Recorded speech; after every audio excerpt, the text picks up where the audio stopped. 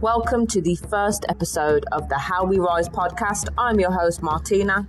Today, I sat down with a lady called Rasham from London, who has faced many adversities in life, from losing her daughter to cancer, getting disowned from her family for leaving her abusive husband, and also surviving cancer herself. My takeaways from Rasham's story are to never give up and live your life on your own terms, no one else's. I hope you, the listener, can take something away from this conversation and it adds value to your life in some way. Enjoy. I'm from India. Yeah. I was born, my dad had already immigrated to UK in the middle of mom's pregnancy. And I was born 4 months after he came. And then we didn't come over till I was about four and a half when we actually came over to UK. And then I got married, had my children, and then we emigrated to America in 86. And then I got divorced in 92 and I came back missing my family in 2005. I had two children. My son is now 44 this year. In October, he'll be 44. My daughter passed away 5 years ago. She would have been 50. She passed away. She was here and she passed away of cancer. I'm not a parent myself, Rasham, but I definitely think that is in a parent's life to lose a child. And I think it's like the order. Yeah. Absolutely. The worst thing for anybody is to lose a child. You lose your parents because they've lived their life, they've had their time. That's expected. But to lose your child is totally not expected. And you can't help but feeling it should have been me. Because I had cancer too. I had cancer before she did. And I got over it. I had all the treatments and I've had 12 related operations. But then she had it after, when I was in my recovery stage. She then got it, but she didn't even, within a year she was gone. So, and I was, at that time I was thinking, I had cancer, why couldn't I have gone and she should have stayed? You know how it is. A mother's a mother. So, but my son is still in America. He's got a lovely family. He's got two boys and he's doing well. I'm in touch with him. He tries to come once a year. But obviously with this COVID thing, it's been hectic for everybody. I divorced in 92. And 92. Yeah, and then I was feeling lonely, missing my family who are all over here. So I came back to make amends. They actually disowned me at when I divorced in 92. Indian, very old-fashioned mindset, the old-fashioned Indian mindset that your husband is your husband for life, no matter what. Yeah. So they disowned me for that reason, and I thought I'll come over and I'll try and make amends with them. That didn't work. And so I ended up staying here, going through cancer and stuff. I had £3,000 when I came. And then before that finished, I was able to get a job and start my life anew. And America and UK have different standards in the job market. And so obviously I didn't have a computer or anything. I needed to make my CV. And I was staying with my youngest brother I stayed at each of my siblings 1 week at each time, but it didn't work and I kind of felt like an outsider. So I was, the latter was my youngest brother, and I asked him if I could use his computer to make a resume or CV. I even forget what they call them here. I think it's CVs. Yeah, CV. And so he says, "What for?" I says, "I need to make my CV to go and find a job. You're not going to get a job. Well, I'm not asking your opinion. I just want to use your computer, period." So, argue about it. I went out and used the internet shop instead. And I got a job. Well, obviously I needed a job there and then. So I couldn't afford to be pick and choose. So I got a cleaning job in a school every morning for 2 hours. Then I got a waitressing job Friday and Saturday evenings, and that just about kept me going until I got a permanent job. I started a business in Southall, like gift shop and tours and all that stuff, tickets, airline tickets and stuff. And then this thing with my daughter happened. That was the worst year of my life. Because one, her passing away, and two, she actually, her husband had gone to India and he came back and she was sick when he came back. She refused to go to the hospital. So he came to my shop and told me, Mom, is refusing to go to the hospital. She really needs to. So I called the ambulance and I made sure they took her. So they took her, and I also told him, because of, don't mind saying it, certain things, we did not get on together. She was in one crowd and doing the wrong things. So I told her, basically, you can't help but getting cancer. But to make it worse, to ignore it, not take your medication and eat or drink stuff that you shouldn't be drinking. So I told him, I got the ambulance for her, and I told him at the same time, you can tell her I'm not going to visit her. Okay. She was there for 3 months, and then, no, sorry, I take that back. She went on the 20th of February, which was a Sunday. Tuesday, 22nd of February, I had 3 computers. I had about 10 or 12 programs opened, so I didn't bother closing them. So all my computers are on, literally on. And I left the store, closed the store, walked out within a mall kind of thing, and a shopping center, and I just exit the doors, and there's a bus standing right here, and I looked behind to see if there's any cars coming. There wasn't. So I started crossing, still looking on that side. I didn't look on this side. No, sorry, I was looking on this side and not looking at behind the bus, because I've looked once and there was nothing coming. So I started crossing, looking on the opposite side. And then suddenly behind the bus, the car comes speeding up. There's lights right there at 2 blocks. And so, for one, I still say the attorneys disagreed with me, but I still say, considering this lights 2 blocks away, he should not have been 2 buildings away, not 2 blocks, 2 buildings. He should not have been speeding. See, traffic lights ahead, and 2, there's a bus in his way, so he should not have been going more cautiously. And he just knocked me off my feet. I flew in the air, spinned around the thing, and I landed on my back with my knees in the air. I literally had a hip, pelvis fracture and a couple of slips, and I was literally paralyzed, waist pressed down. So, took me about 6 months before I could start walking again. I couldn't walk. And I was in the same hospital as my daughter at that time, and on different floors. So neither of us could go and visit each other.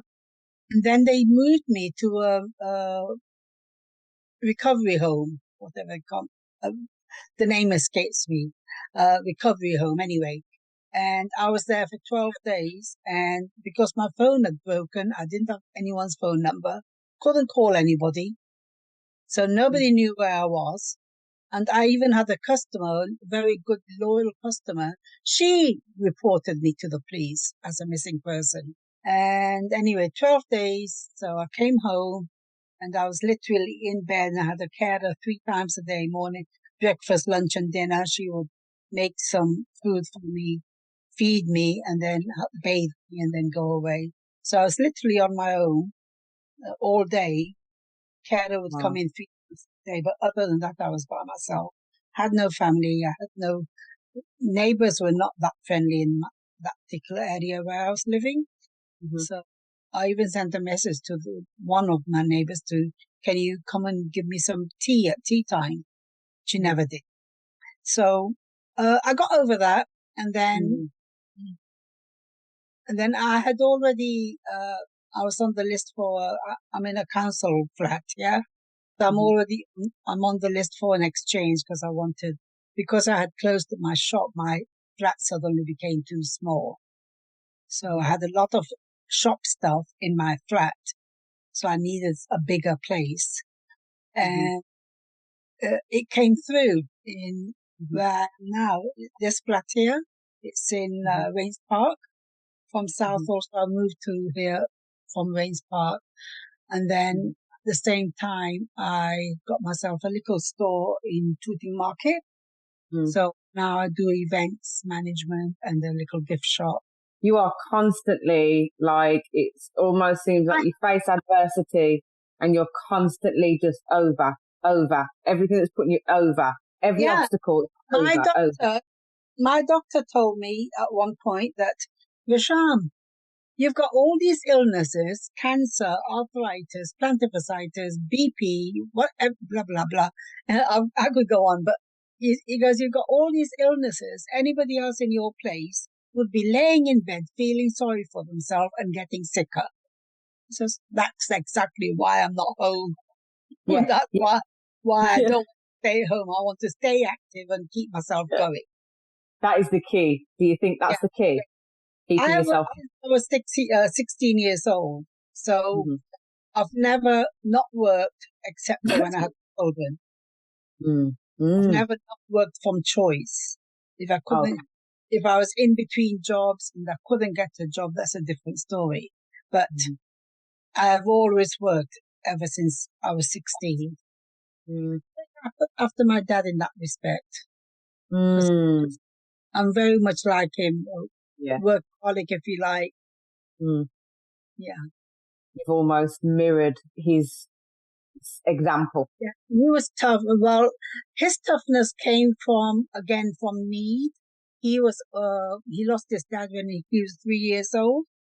And so him and his mom went to stay at his maternal parents, his mom's village. And when he was 8, he decided, he was very mature, and that comes from need, doesn't it? From your circumstances. So at the age of 8, imagine an 8-year-old nowadays would never have this kind of thinking. Says, Mom, I want to go back to our village and I want to start working. So just going back to something that you said earlier about how you split from your husband and it was like you were disowned from the whole family. Yeah. Does that put you off marrying again? Like, what are the effects that it's had on you from that? After I divorced in 92, you know what the Indian society is, when you get divorced, it's always the woman's fault. Because I was very popular with my husband's family. Very popular. Every time we went to a wedding or something, oh, Rasham's here, she's going to liven up the party kind of thing. And everybody loved me until I got divorced. Suddenly I was the woman. Okay. Because I must have done something wrong, or I was characterless, loose, whatever. And did you know what the consequences were going to be before you made that decision? Idea, but not as much as it was. I didn't realize it was going to be as bad as it actually was. I went to a party of a close friend of mine over there, her son's birthday party. And her mother-in-law, she used to love me before, but then suddenly she's going, people just come to your parties uninvited these days, off the street and to eat free food. Wow. So that's when it started. Yeah. So I got up and left. Yes. But it was likewise. It was like I got that treatment everywhere I went. So I thought... From the side of the family? From anybody I used to know, don't want to know me anymore. Then I thought, well, okay, to hell with it. if getting married is going to make me in everyone's good books again, I'll get married. So I actually went to India with a couple I knew from America. They took me with them. And with that, try and find a husband over there. Of course I did. I found a lot. I think about 10 or 12 souls. But all of them were at least 10 years younger. All they wanted was a green card. Okay. And nothing happened. And the couple I went with, they had their own reasons. They wanted, she wanted me to marry her brother and help to bring her to America. That didn't happen.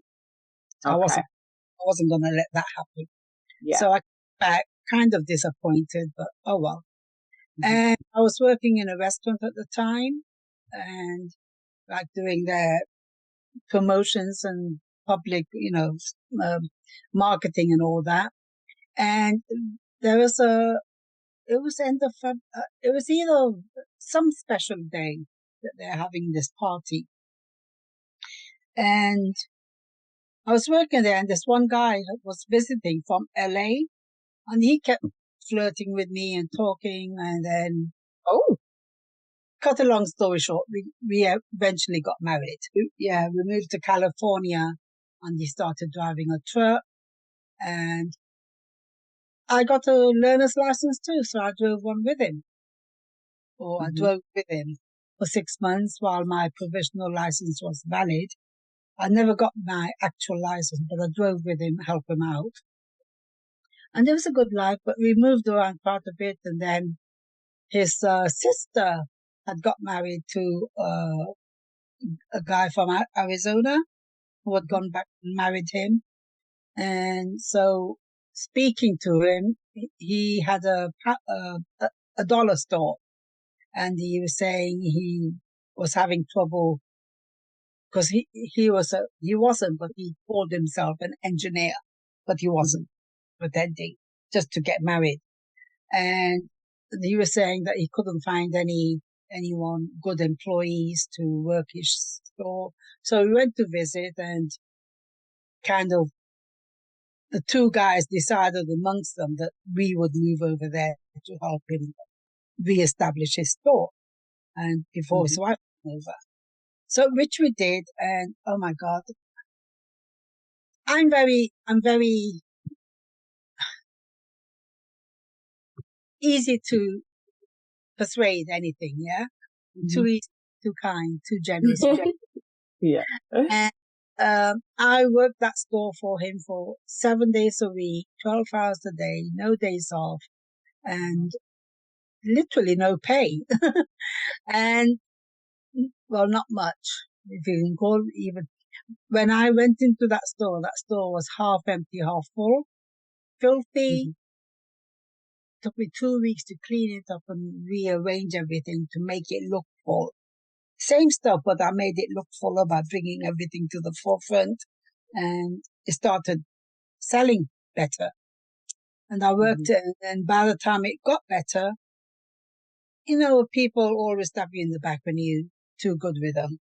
And he sold it to somebody else. We told him, we'll take it, but we can only pay you in payments. He says no. And he sold it at a $5,000 loss to somebody else just so he could get the cash. And my husband, my second husband, being the way he was a bit like, we'll show you kind of thing. So he opened a store for me, another store, Train Plaza. And I started doing tailoring because I'm a fashion designer, one of my first degrees. And so I opened a tailoring shop. I made wedding dresses and stuff, started off with cheerleader outfits, which was great because that was the season and that helped keep that store. And then I got can't remember why, but after the cheerleader outfits, there wasn't much work left. My husband opened that store in a fit of not rage, but just to show him kind of, and we financially were not really ready to open a store. And plus it was a pretty big store. The rent was not cheap. So we obviously weren't able to keep it. Then I went back to doing odd jobs, sales, and I worked in a big, it's like a Debenhams kind of store. I remember the name of it. I worked in there in lingerie. I worked in Pizza Hut and Domino's, as a driver, training to be a manager. I did nursing, but I then had an accident and I couldn't nurse anymore. I was working at, previously, before I married the second guy, I was working at United Airlines, making flight meals, worked my way up from dishwasher to chef, my second qualification. But I couldn't do that because I was doing that and nursing at the same time. Since my divorce, I got double. And then I had an accident, so I had to stop nursing and the kitchen job both together. I worked in immigration, sales jobs. Then I got a really good contract with Burlington Coat Factory. I don't know if I'm allowed to say the name, but a big store. Big firm. Yeah. And in America, when a man buys a suit, it's not hemmed like they are here. Here they have, people say the waist and the length size, but there is just the waist, and you have to get it hemmed. So I got a contract with this department store to do all the operations. So really, it was like a golden egg kind of thing. So I was like a bit dubious because I thought, well, what if I don't make enough money here? I got the contract and it was like 10% would go to the store, the rest would be mine. So I asked the manager, well, what if I don't make enough money to sustain myself? She says, well, what we can do is give you a salary for the first 4 weeks and then take it from there. Then after that, you'll be just your own money, your own boss. So, okay, fair enough. And bad decision, because my first week, I made $1,500. And what did I get of that? $250. Because that was the salary. Yeah. The 4-week salary would be $250 a week. So I had agreed on that, not envisioning getting 15, because that was Easter week. And in Arizona, there's so many people that there's a conference going on during Easter week. So everybody's coming in to get trousers hemmed. But I think financially, that was the best job I had in America. And I was making good money. $1,500 was my first week. But obviously I didn't get that. But even after that, about £1,000 a week was average after that. And I had to hire a Mexican girl. She was a lovely girl. Hardly could speak any English, but she was a great worker. And she did good work. Then I also hired another guy. I think he was Jewish or something. You know how a lot of them are tailors. Yeah. And he was really good. I mean, he is a professional, but as it happens, he was too good. Yeah, because then I started taking one day off a week, which I hadn't done before. And one of those days, while I was off, he would deliberately not do the jobs properly. So we'd and of course, unreliable. Yeah. Unresponsible. Yeah. Get complaints. And then eventually they took the contract from me. And so he stabbed me in the back. And 3 months later, I just happened to be there shopping. And he's standing in the doorway of that shop, my shop that used to be. He had taken over. Oh, no. After they took the contract, he took over. Sounds like he had a plan. But that's why he deliberately ruined the jobs. So I would get the blame because I was the owner. Some people are savage. Some people, yeah. So never hire somebody better than yourself. Yeah. Oh no, that's such a shame because you really did just, you took him in and you, like you said, you were responsible for him. Yeah. And he did that. I can't help but think though that his intentions were bad, so therefore no good can come from that. No good can come from him doing that. That's very true. Very true. So as much as, it would have been, disgusting to look at him in the doorway of your shop and your premises and having that contract, I think it's safe to say that his intentions weren't good, and we all know what happens there. So yeah, we learned the lesson that never trust anybody too much. I have changed a lot since my early days, because when I first got married to my husband in Coventry, that's where I moved to from Nottingham. And my husband's family was very, very, very strict. My dad was strict, but in a different way. My husband's family was strict that they kept their daughter-in-laws or daughter-in-laws. They don't see them as daughters. And a daughter-in-law isn't supposed to be seen outside the house. Oh, okay. My mother-in-law, she worked as well in the hospital. And on a day off, only she was allowed to wash the outside, the front door from the outside.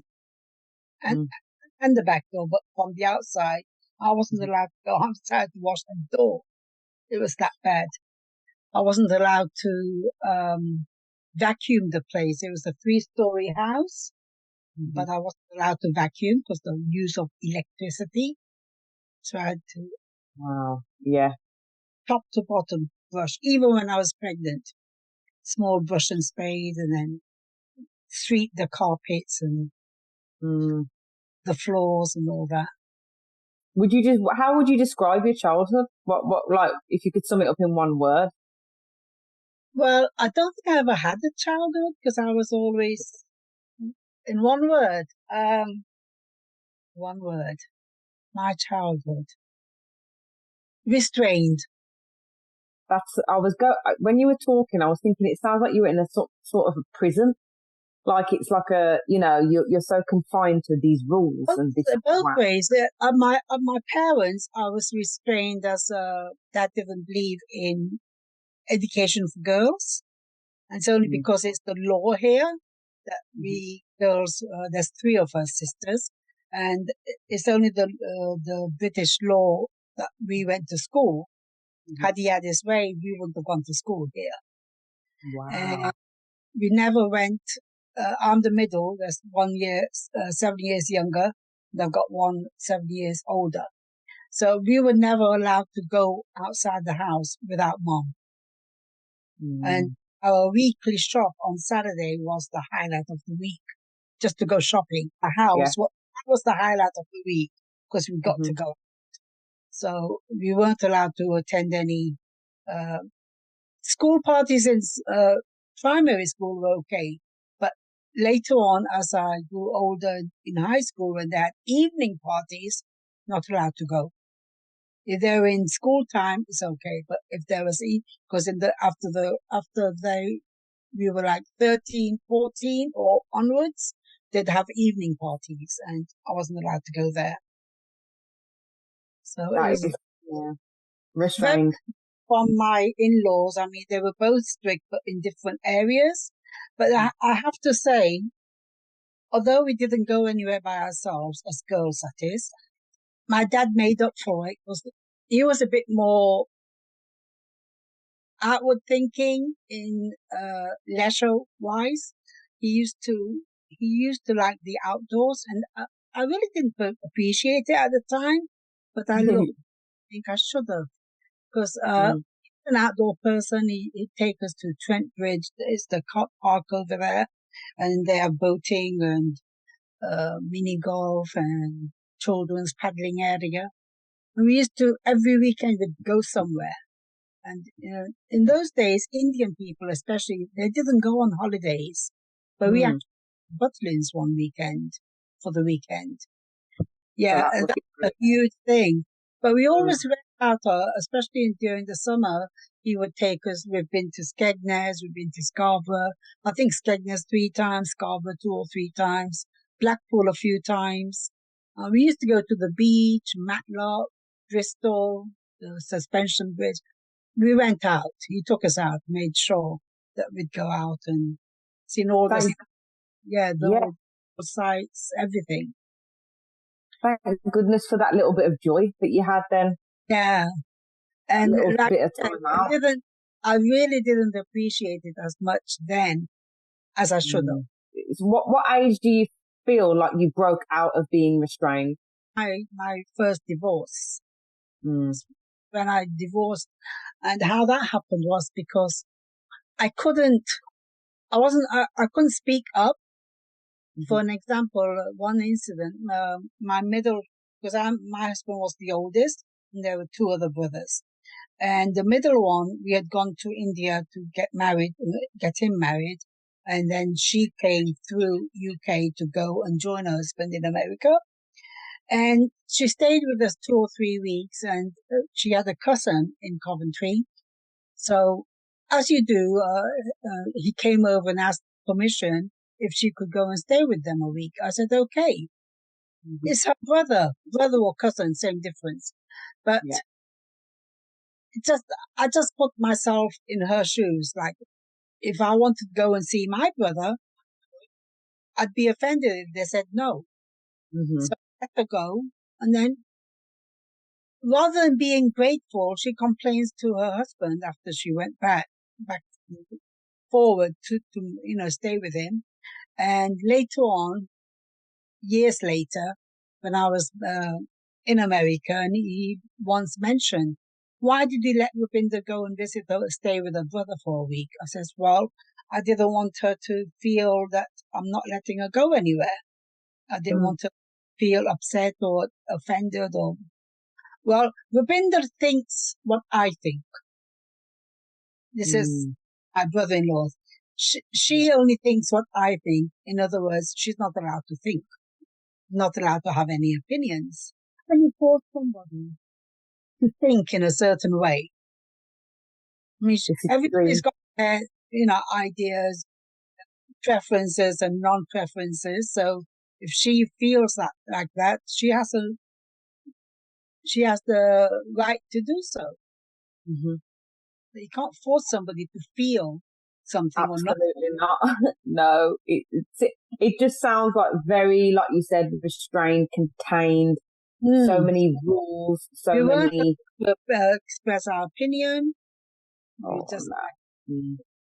In daughter-in-laws are, as the old English saying, not children, but daughter-in-laws in India are not supposed to be seen and not heard.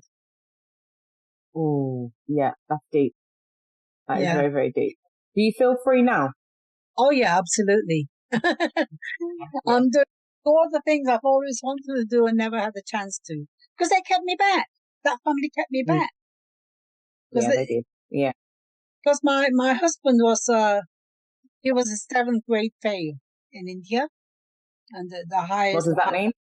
High school would be 12. He was 7. So he failed the grade and he didn't go back at the age of about 13, 14. After that, he didn't go to school. And I've got my fashion degree. I've got my, the chef I did in America, but I've got RSA, LCC, Pitman's, and then the others I got in America. But they considered I was too educated for him and just not good enough for him in that respect. I wouldn't use the words not good enough. I'd say too good. Yeah, exactly. Too good that it wouldn't be good if I was to get a job that paid higher than him. You were too good. Yeah. You're too good. You can't go with somebody like yourself. You're too good. You're too educated. You're too, you have your own into all of these things. Surpassing him. Yeah. Get a higher qualified job and get better pay. They didn't want me to do that. They'd rather me working in the kitchen somewhere, but minimize. Yeah, they probably want Even that, I did that, but I promoted myself to chef. Mm-hmm. That's too good for them.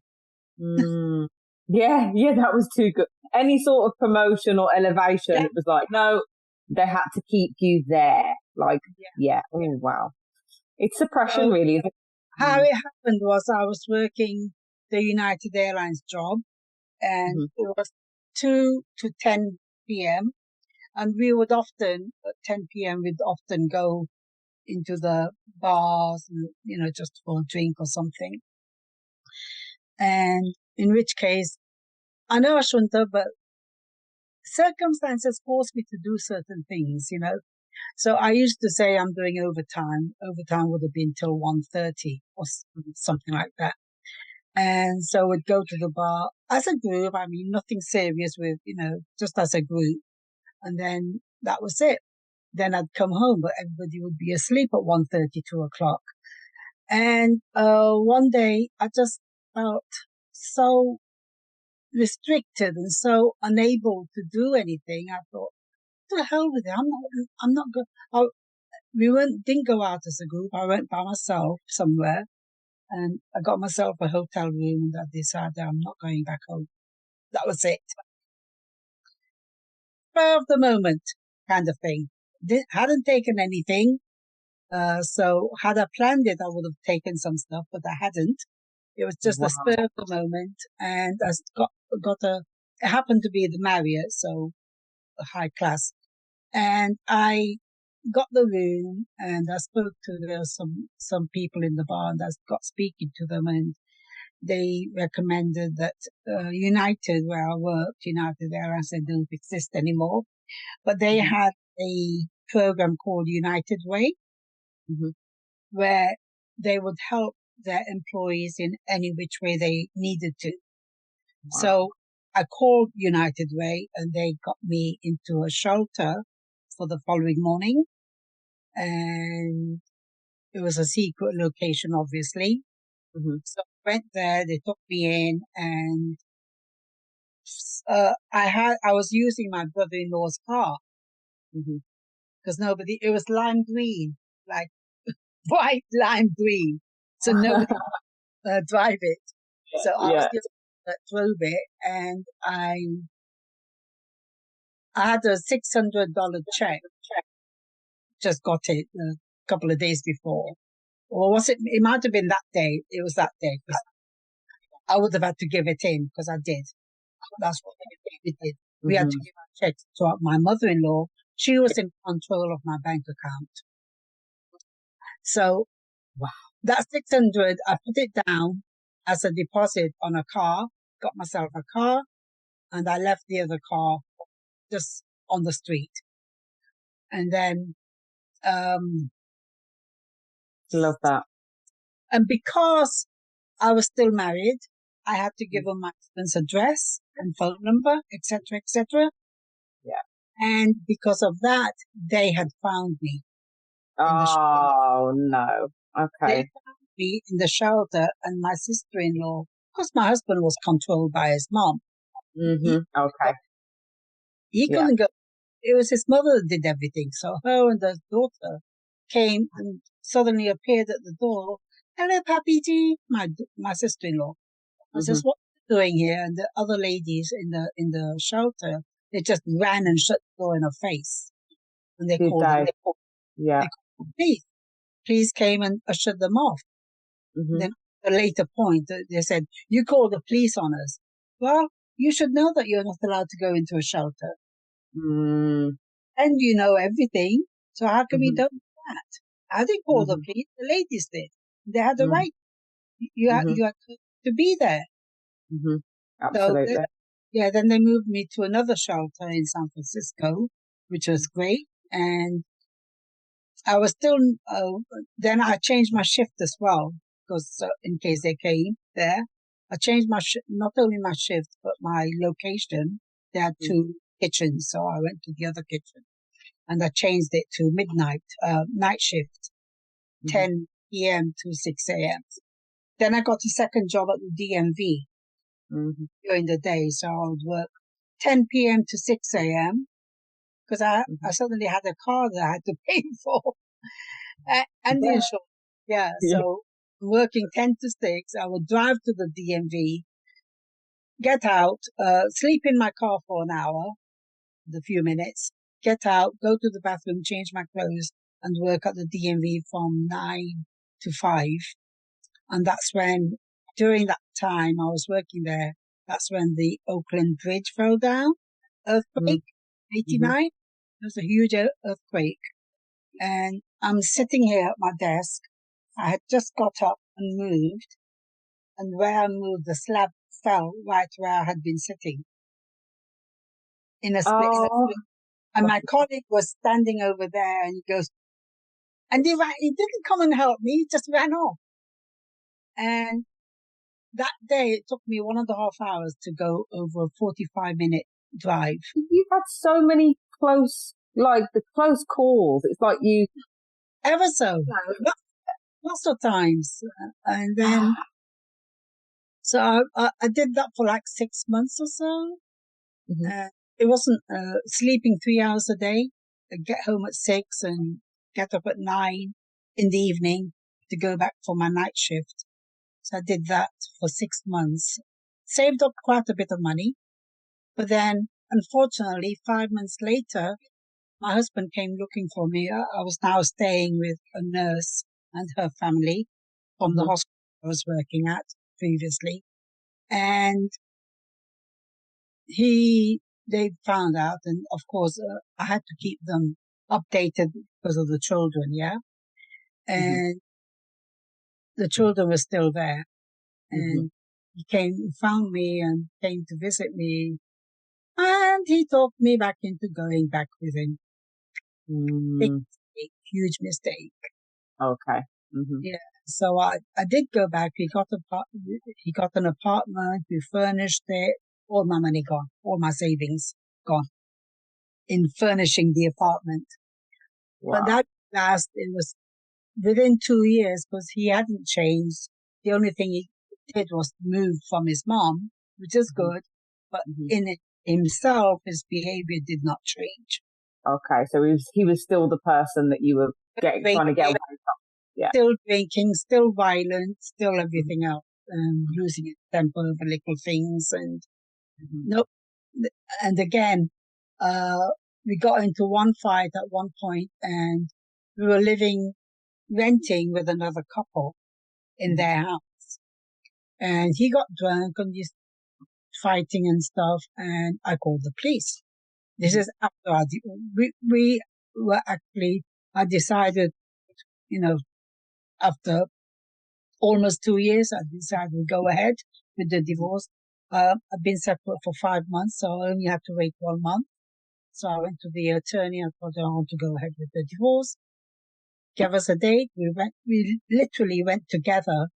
And he was so thick that it didn't go in his head that we actually divorced now. He didn't realize where he thought, I don't know what he thought, but we went to court together, came back divorced.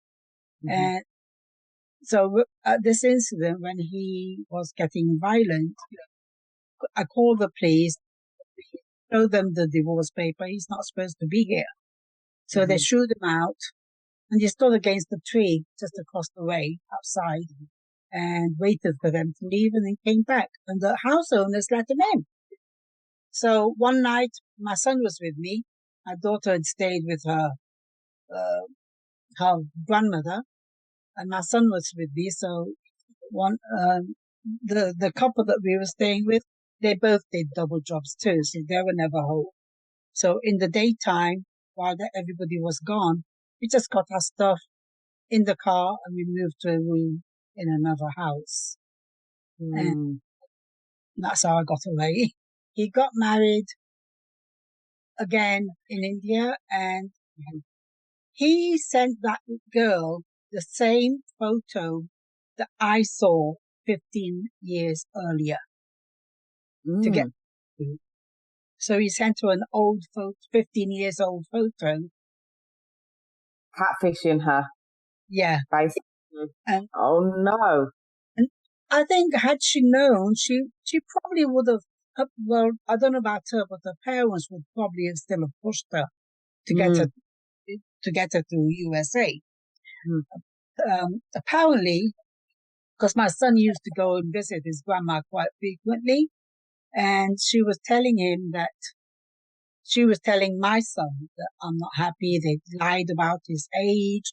They lied about his alcoholism, and I'm stuck because she in India, she had, I wouldn't say better values, but different values. Yeah. Mine having to stay with the husband until, the end. And she's stuck with him now. She's 20 years younger. She's still with him, but she's not happy. No. No. Yeah, that's especially because of the culture, like you say, it's like, okay, you've experienced what that's like to come out of it and be done. I have to say, one advice I'd love to give to everybody, especially women in that situation, at the first sign of domestic violence, get out. Because anybody that can do that once is never going to stop. I suffered for 14 years too long. I would recommend anybody that has, nowadays kids do get divorced at the smallest things. That's going a bit far. But serious violence, don't go for it. Don't be intimidated and don't put up with the violence. Absolutely. I tried everything. I made appointments with AA. I made appointments with the social workers, marriage counselors, everything. And he wouldn't go. And one time I remember he had a friend visiting and the letter had just come from the social services and he reads it and people always listen to their friends, men, don't they? Rather than their wives. He says, don't go because it was from social services. If you go here, they're going to take your children. They're not just going to take your children for you attending a meeting. That's totally like giving him a wrong impression. And he took his advice and didn't go. And that's another thing. He always listened to his friends rather than his wife or his family. And what really annoyed me. I sort of feel sorry for the woman that he's with now then, if you know what I mean, because I don't think that I do because of what she's going through, but I don't because it's in her. She's got the way she can leave him if she wants. She just doesn't. And I think a lot of people, women these days, I've spoken to quite a few in that same situation, and they're at that point that no, I can't leave him. One particular lady, she was saying, "But I'm dependent. I can't work. I don't work. I wouldn't know where to look for work. I wouldn't know how to look for work." And because he was supporting her. Make totally dependent. That's what they do though. Independent. Yeah. I mean, that's what they were stopping you from doing, wasn't it? Becoming dependent in any way. They wanted you to be completely dependent on them. Yeah. Any form of you leveling up or being successful was just no. But the reason why I do say that I do feel sorry for it is because I do also understand that, especially from what you've just said, it's not that's generally for a person that's going through that to leave is difficult, but even more so with the cultural conditions that you just spoke about and the amount of, it's like if you lose that, you lose everything, you lose your whole life. Exactly. I mean, I lost, excuse me, I lost 6 children through beating from him, miscarriages. I only have two that survived. And it was like, and not only his beating, it's the circumstances at home, having to do everything up till the 9th month. So, understand. I mean, it's just, you can't quite fathom why somebody would even attempt to do anything of that nature.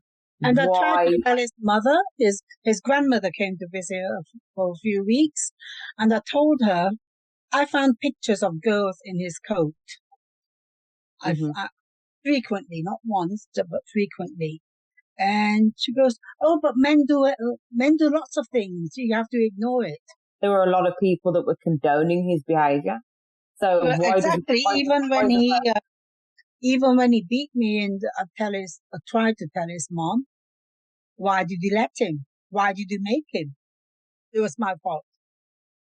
Yeah, I mean, that is just crazy. They're just enablers and enabling that behaviour. That's what it is, isn't it? If everybody's enabling that behaviour, why is that person going to stop? I worked in social work for a while just before I left, and to go to America. And one of the things we were taught in social work is that when you cover somebody up, they only get worse. Yeah. So don't cover your partner, whether a wife or husband, doesn't matter, or even a child. Don't cover up. Give them their dues. Tell them the ultimatum, and make them suffer for it, and make them pay. And that's what I do now. Absolutely. With anybody. Yeah. Anybody, anything. Yeah. If there's anything out of place to me, I will face them. The big change in me from those days. Yeah, I don't know you, Rasham, but I'm proud of you. I'm proud of the fact that you've made those changes and that you feel like you can confront, people when they are doing things wrong now. Because that's that change in itself. Going back to when I was in the San Francisco shelter, I was working, I had got a second job at that time while I was there. And that's when I was able to get a room in a flat in the house. And the ladies there were so happy. They invited me back to give talks to the residents there on how to get out of a bad relationship or bad house or whatever. I've got a few questions to ask you, Rasham, before we end the podcast. So one of the questions I'd like to ask you is, how do you stay motivated during tough times or when you face setbacks? Busy. I'm busy. I take one step at a time and I keep myself busy. Even when I'm going through my really bad marriage in the beginning, I used to work I used to get up at 6 a.m. This is in America. Everybody wants different breakfast, so I'd have to make everyone's breakfast, pack their lunches. My two sister-in-laws had young children. They both went to work. Mine was in the afternoon. So because of that, there were 6 children in the house. I used to have to diaper them, feed them, milk, and then lunch, and bathe them, and do everything basically. Make the evening meal. All the other 2 had to do was make the chapatis. So I did that, left home at 1 o'clock, and then do my work. And I forgot the point I was trying to make. Oh yes, you said motivated, but yes. After that long day, I was so tired. As tired as I was, I would read a book to keep me from thinking about things that would bring me down. What do you think would have happened if you gave yourself time to think? I probably would have been depressed, maybe gone crazy, mental, whatever. And if I hadn't left my husband when I did, I would have either gone mental or maybe got killed. My last question is, who has been the most influential person in your life? My dad. Okay. Work-wise. Career-wise, I would say, can't really think of anybody. I have one friend. She has a cleaning business. Like she's got a group of ladies and they go around and they clean offices and stuff. She's been very influential, but I've only known her since I came to UK. But before that, actually my social work teams that I used to work with in Coventry, they were very inspirational. They gave me a lot of good tips. There was a social worker, probation officer, there was a teacher, and this is all in a day center run by the social services, and there was a manager, a couple of managers. So they were always they knew my situation, and they used to give me good tips, and being social service oriented, Wow. Them. They did, and they did help you. They helped me a lot, and unfortunately, I've been trying to get in touch with them. I can't find any of them now. I go to church as well. I'm one of those people. I'm the opposite to an atheist. I believe in all religions, and I believe they're all good. And somebody tells you that, no, how can you believe in all religions? Yes, you can, because if you think about it, all the different religions came to earth at a different time period. So I believe, this is my personal opinion, that God sent somebody down to the people of that area and time that they could, that messenger, prophet, or whatever, could relate to in that particular time. Wow, I like that analogy. I've never heard that. But think about it. All the religions didn't start at the same time. They all started one after the other. True. It was God, like in India, the Hindus, had they come in a Western suit or something, they wouldn't relate. But they grew up wearing Indian clothes and Indian languages and what have you. So I believe God, obviously God is one, but all these other religions, they're not gods, they're messengers from God, including Moses, including the gurus and the Hindu gods, so-called Hindu gods, but they're all messengers from God. And if you think about it, every religion has three basics: peace, love, charity. True. Thank you for listening. This was my first episode of the How We Rise podcast, and I'm very excited for what's to come. So if you did like it, please like and share, and stay tuned for more.